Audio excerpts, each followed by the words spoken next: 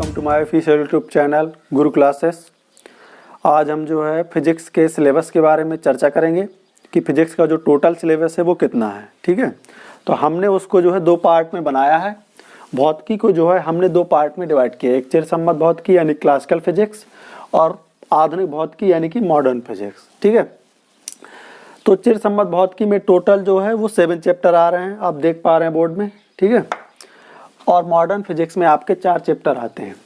इसमें जो 11th class है उसमें से 4 चैप्टर पढ़ाए जाते हैं। ये शुरुआत के जो 4 पार्ट हैं ये 11th क्लास में पढ़ाए जाते हैं और लास्ट के जो 3 पार्ट हैं और ये मॉडर्न फिजिक्स ये जो है आपका 12th क्लास में आता है। एक चीज़ मैं बताना चाहूँगा कि जो है जैसे फिजिक्स का ही पार्ट है अंधेरा के बारे में हम थोड़ा सा जानकारी देना चाहेंगे आपको कि अभी हम अंधेरा से परिचित हैं कि अंधेरा नाम की कोई चीज़ है, ठीक, जबकि वास्तव में अंधेरा नाम की कोई चीज़ अस्तित्व में होती ही नहीं।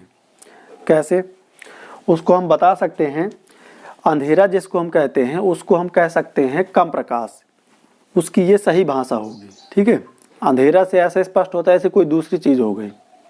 अंधेरा का मतलब हमें ये समझाया गया कि उसमें कोई प्रकाश ही नहीं है, ऐसा नहीं है। जिस प्रकाश में हम नहीं देख सकते लेकिन और दूसरी जीव जानवर देख सकते हैं। ठीक है, जैसे कि अंधेरे में आपका उल्लू देखता है। ठीक, तो फिर क्या हुआ, अगर आपकी एक आंख उल्लू की लगा दी जाए तो फिर आप 24 घंटे देख पाएंगे। ठीक, तो इससे हम कह सकते हैं कि अंधेरा नाम के अस्तित्व में कोई चीज़ नहीं है, सिर्फ प्रकाश ही प्रकाश। हम नहीं देख पाते तो उसको हम कह सकते हैं इतना कम प्रकाश कि जिसमें हम देख ना पाएँ। तो एक एक करके इसमें जानते हैं कि किस पार्ट के अंदर क्या चीज़ हम स्टडी करेंगे। जैसे यांत्रिकी है यानी कि मैकेनिक्स, इसको इंग्लिश में क्या बोलते हैं? मैकेनिक्स।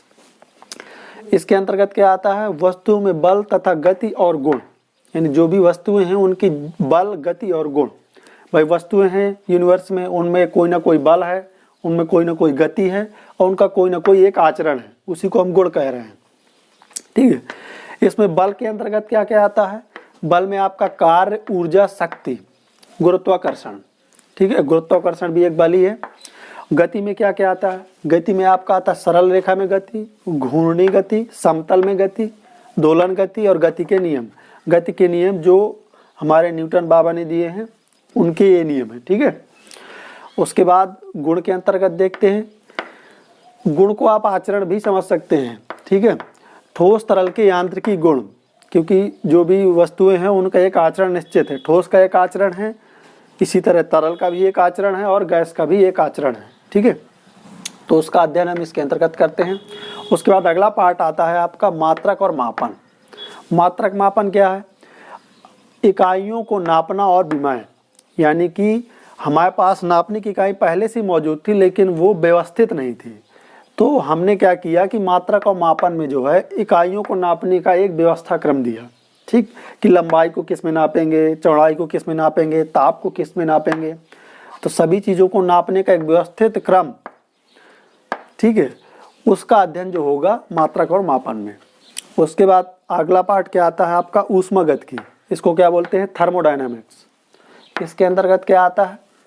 ऊष्मा, ताप और ऊर्जा में संबंध, इन तीनों में ही आपस में एक रिलेशन होता है, उसका अध्ययन करते हैं।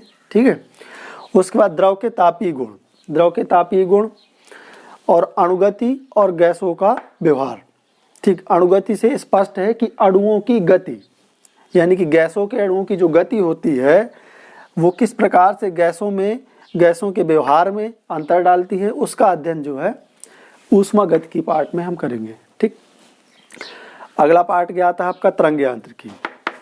तरंग यांत्रिकी में क्या पढ़ते हैं? तरंग यांत्रिकी में आपको जितनी भी तरंगे हैं उनके बारे में भी स्टडी करते हैं। तरंगों में क्या क्या आता है? प्रगामी तरंगे हैं, अनुप्रस्थ तरंगे हैं, अनुदैर्ध्य तरंगे हैं और परावर्तन। ठीक है, तो इन सभी चीज़ों का अध्ययन जो हम करेंगे तरंग यांत्रिकी में। ठीक, तो 11th क्लास का जो सिलेबस है वो केवल इन 4 पार्ट में ही सिमट के रह जाता है। उसके बाद जो 5वां पार्ट है वहाँ से आपका ये जो भी कुछ है ये सब जो है 12th क्लास में पढ़ाया जाता है। उसमें क्या क्या आता है? पहला आपका विद्युत। ठीक, विद्युत में क्या क्या होता है? विद्युत में आपका होता है विद्युत आवेश, ठीक, विद्युत धारा, स्थिर वैद्युत विभव, धारिता, प्रत्यावर्ती धारा। ठीक, जब भी इलेक्ट्रिसिटी बहती है तो उसमें एक आवेश होता है, और वो जो इलेक्ट्रिसिटी बह रही है, इलेक्ट्रिसिटी जो बह रही है उसको हम बोलते हैं विद्युत धारा। ठीक, स्थिर विद्युत विभव यह होता है जब आवेश स्थिर होता है। ठीक, तो किसी दो पॉइंटों के मध्य जो है हम अंतर निकालते हैं, किसका, विद्युत आवेश का, कि कितना है, तो उसको स्थिर विद्युत विभव के अंतर्गत अध्ययन करते हैं। फिर धारिता आ जाती है, फिर प्रत्यावर्ती धारा, ये सारा कुछ जो है विद्युत का पार्ट है, इसके अंतर्गत हम अध्ययन करेंगे। फिर अगला पार्ट आता है विद्युत चुंबकत्व। नाम से स्पष्ट है कि विद्युत जब चुंबक की तरह से व्यवहार करने लगे। ठीक, तो बहुत बड़ी बड़ी जो लाइनें जाती हैं बिजली की, तो उनमें क्या होता है कि जब बहुत ज़्यादा करंट होता है तो तार के आसपास एक चुंबकीय क्षेत्र बन जाता है, यानी कि विद्युत किसकी तरह से व्यवहार करने लगा, एक चुंबक की तरह से। ठीक, तो उसको नाम दे देते हैं विद्युत चुंबक। इसमें क्या क्या आता है, गतिमान आवेश, यानी एक गति करता हुआ आवेश होगा, उसमें कोई ना कोई चुंबक होगा, चुंबकत्व होगा, और एक अलग से भी होता है जो नेचुरल चुंबक होता है, वो इसमें अध्ययन करते हैं, चुंबकत्व एवं द्रव्य। ठीक, वैद्युत चुंबकीय प्रेरण और तरंगों का अध्ययन इसके अंतर्गत आ जाता है। फिर अगला पार्ट आपका आता है प्रकाशिकी का। प्रकाशिकी में क्या होता है, प्रकाश का जितना भी पार्ट है वो इसके अंतर्गत आ जाता है 7th चैप्टर में। ठीक, उसमें क्या क्या है, उसमें है आपका प्रकाश की प्रकृति है, उसका गुण है परावर्तन है, अपवर्तन है, तरंगे हैं, और प्रकाशिक यंत्र। प्रकाशिक यंत्र का मतलब क्या है, टेलीस्कोप। ठीक है, ग्रहों के बारे में अध्ययन, और आपका जो आँख बनती है उसमें जो यंत्र उपयोग होते हैं वो सब प्रकाशिक यंत्र का ही पार्ट है। ठीक, उसके बाद आपका चिरसम्मत भौतिकी का सिलेबस 7 चैप्टर तक। उसके बाद आपका अगला आता है आधुनिक भौतिकी। आधुनिक भौतिकी में क्या है, आधुनिक भौतिकी में जो टोटल 4 पार्ट है। ठीक, 4 पार्ट में पहला पार्ट में क्या होता है, प्रकाश तथा कणों की द्वैत प्रकृति। ठीक, इसमें क्या आता है, प्रकाश का विद्युत प्रभाव, प्रकाश की कड़ी प्रकृति, द्रव्य की तरंग प्रकृति, और इलेक्ट्रॉन उत्सर्जन। ठीक, ये सारा कुछ जो है इस फर्स्ट चैप्टर के अंतर्गत कवर हो जाता है। तो आगे हम स्टेप बाय स्टेप जो है इसको जानेंगे। उसके बाद अगला पार्ट आता है आपका परमाणु। तो आधुनिक भौतिकी आपकी जो है उसका जो बेस है वो परमाणु है। ठीक है, क्योंकि परमाणु की खोज के बाद ही आधुनिक भौतिकी का जो बेस है वो तैयार हो पाया, और सारी भौतिकी इसी पे टिकी हुई है आज के ज़माने में। ये बहुत महत्वपूर्ण पार्ट हो गया है। ठीक है, परमाणु में क्या होता है, परमाणु की संरचना होती है कोई, उसका एक आकार होगा, और उसमें एक इलेक्ट्रॉन होता है नाभिक में जो चारों तरफ घूमता रहता है। ठीक, तो उन सभी चीज़ों का अध्ययन इसके अंतर्गत करेंगे। उसके बाद अगला पार्ट आता है आपका नाभिक। नाभिक में क्या होता है, ये परमाणु के सेंटर में होता है नाभिक। ठीक है, केंद्र में। नाभिक में क्या क्या स्थितियाँ होती हैं, परमाणु के नाभिक की एक स्थिति होगी, उसका कोई ना कोई गुण होगा, यानी आचरण होगा, उसमें बल होगा, उसका एक आकार होगा, उसकी एक ऊर्जा होगी। ठीक है, तो उन सभी चीज़ों का अध्ययन इसके अंतर्गत करते हैं। ठीक, उसके बाद अगला पार्ट आता है इलेक्ट्रॉनिक्स।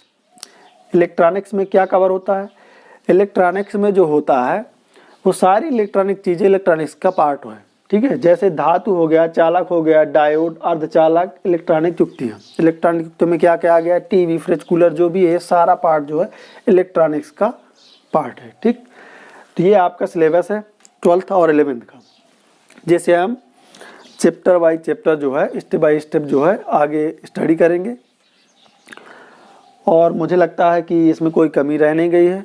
ठीक है, ये टोटल ही सिलेबस है, तो आगे हम इसे स्टेप बाय स्टेप जानते रहेंगे कि इसमें जो है और आगे क्या है। जैसे 11th क्लास का है और 12th क्लास का है, दोनों की स्टेप बाय स्टेप वीडियो आते रहेंगे। उसमें आपको अगर कोई दिक्कत हो तो आप बताइए, हमें कमेंट करके बता सकते हैं। तो इसी के साथ मैं अपनी क्लास समाप्त करता हूँ, और अगर आपको ये वीडियो अच्छा लगा हो तो आप लाइक करें, सब्सक्राइब करें, और हमें कमेंट करके बताएं कि आगे जो है इसमें हम क्या सुधार करें। ठीक है, और आपको जो भी दिक्कतें आ रही हैं उसके बारे में हमें कमेंट करके बताएं। Thank you for class.